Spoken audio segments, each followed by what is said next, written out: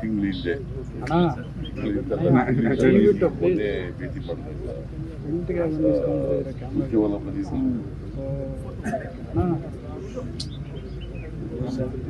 ಈಗ 10 ದಿನ ಆಗಿರ್ಬೋದು, ವಾರ ಆಗಿರ್ಬೋದು. ಆಗ ಭೇಟಿ ಮಾಡಿದ್ರು, ಅವ್ರಿಗೂ ಅಟೆಂಡ್ ಮಾಡಿದ್ರು ಮೀಟಿಂಗ್. ಏನು ಹೇಳಲಿಲ್ಲ ಅವರು. ಏನಾದರೂ ಲೋಕಸಭಾ ಚುನಾವಣೆ ಹಿನ್ನೆಲೆ ಏನಾದರೂ ಆಪರೇಷನ್ ಇನ್ನು 3 ಕಡೆ ಬರ್ತೀರಲ್ಲ ನೀವು ಅಲ್ಲಿ ಮಾತಾಡ್ತಾರೆ ಘೋಷಣೆ ಮಾಡ್ತೀರಾ ಸರ್? ನಾವು ಘೋಷಣೆ ಮಾಡಿ ಬೇರೆ ಪರಿಶೀಲನೆ ಮಾಡ್ತೀವಿ ಅಂತ ಹೇಳಿದ್ದೀವಿ. MLA-ಗಳಿದ್ದವರು ಬಿಜೆಪಿ ಅವರು, ಬೋಪಯ್ಯ ಇಲ್ಲಿದ್ದರು, ಅಪ್ಪಚ್ಚು ರಂಜನ್ ಅಲ್ಲಿತ್ತು ಅಲ್ವಾ, MLC ಇತ್ತು. ಅವ್ರೇನು ಮಾಡ್ತಿದ್ರು, ಮಾಡಿಸ್ತೇನೆ ಆಯ್ತು. ಅವ್ರ ನಮ್ಮ ಸರ್ಕಾರ ಇಮಿಡಿಯೇಟ್ ಅವ್ರ ಸರ್ಕಾರ ಇತ್ತಲ್ಲ, ಯಡಿಯೂರಪ್ಪ ಇದ್ರು, ಬಸವರಾಜ ಬೊಮ್ಮಾಯಿ ಹಾಗೇನು ಮಾಡ್ತಾರೆ. MP ಅವರೇ ಇದ್ರಲ್ಲ, ಈಗಲೂ MP ಅವರೇ ಇದ್ದಾರೆ, ಕೇಂದ್ರದಲ್ಲಿ ಅವ್ರದೇ ಸರ್ಕಾರ ಇದೆ ಅಂತ ಹೇಳಿದ. ನನಗೆ ಕಾಂಗ್ರೆಸ್ನಲ್ಲಿ ಅಲ್ಲ, ಭಾರತೀಯ ಜನತಾ ಪಕ್ಷದಲ್ಲಿ ಅವಮಾನ ಮಾಡಿದ್ದಾರೆ, ನಾನು ಮತ್ತೆ ವಾಪಸ್ ಹೋಗಲ್ಲ ಅಂತ ಹೇಳಿದೆ. ಅಷ್ಟು ಗೊತ್ತಾನೆ. ಅದಾದ್ಮೇಲೆ ನನಗೆ ಸಿಕ್ಕಿಲ್ಲ ಅವರು. ಏನೇನು ಕಾರ್ಯಕ್ರಮಗಳಿದ್ದಾವೆ, ಹುಡುಗಿಗೆ ಎಷ್ಟೆಷ್ಟು ದುಡ್ಡು ಕೊಟ್ಟಿದ್ದೀವಿ, ಏನು ಅನ್ನೋದನ್ನೆಲ್ಲ ಹೇಳ್ತೀವಿ.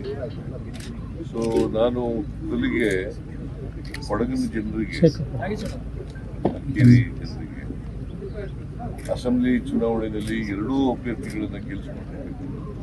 First time after many years. ಅದಕ್ಕೋಸ್ಕರ ಕೊಡಗಿನ ಎಲ್ಲ ಮತದಾರ ಬಂಧುಗಳಿಗೆ ನಾನು ಸರ್ಕಾರದ ಪರವಾಗಿ, ಪಕ್ಷದ ಪರವಾಗಿ ಧನ್ಯವಾದಗಳನ್ನ ಹೇಳಲಿಕ್ಕೆ ಬಯಸ್ತೇನೆ. ಸರ್, ಜಗದೀಶ್ ಶೆಟ್ಟರ್ ಭಾರತೀಯ ಜನತಾ ಪಕ್ಷದವರು ಅವಮಾನ ಮಾಡಿದ್ದಾರೆ, ಟಿಕೆಟ್ ಕೊಡಲಿಲ್ಲ ಅಂತ ಹೇಳಿ ಬಂದರು. ನಾವು ಅವ್ರಿಗೆ ಟಿಕೆಟ್ ಕೊಟ್ಟು ಚೀಫ್ ಮಿನಿಸ್ಟರ್ ಅಂತ ಹೇಳಿ, ಮತ್ತೆ ಅವರು ಅಸೆಂಬ್ಲಿ ಚುನಾವಣೆಯಲ್ಲಿ ಸೋತರು ಅವ್ರ ಕ್ಷೇತ್ರದಲ್ಲಿ. ಆಮೇಲೆ MLC ಮಾಡಿದ್ರು. ಸೊ ಕಾಂಗ್ರೆಸ್ ಪಕ್ಷದಲ್ಲಿ ಅವ್ರಿಗೆ ಯಾವುದೇ ಅನ್ಯಾಯ ಆಗಿಲ್ಲ, ಅವಮಾನನೂ ಕೂಡ ಆಗಿಲ್ಲ. ಕಾಂಗ್ರೆಸ್ಗೆ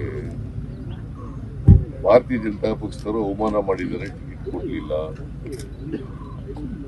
ಅಂತ ಹೇಳಿ ಬಂದರು.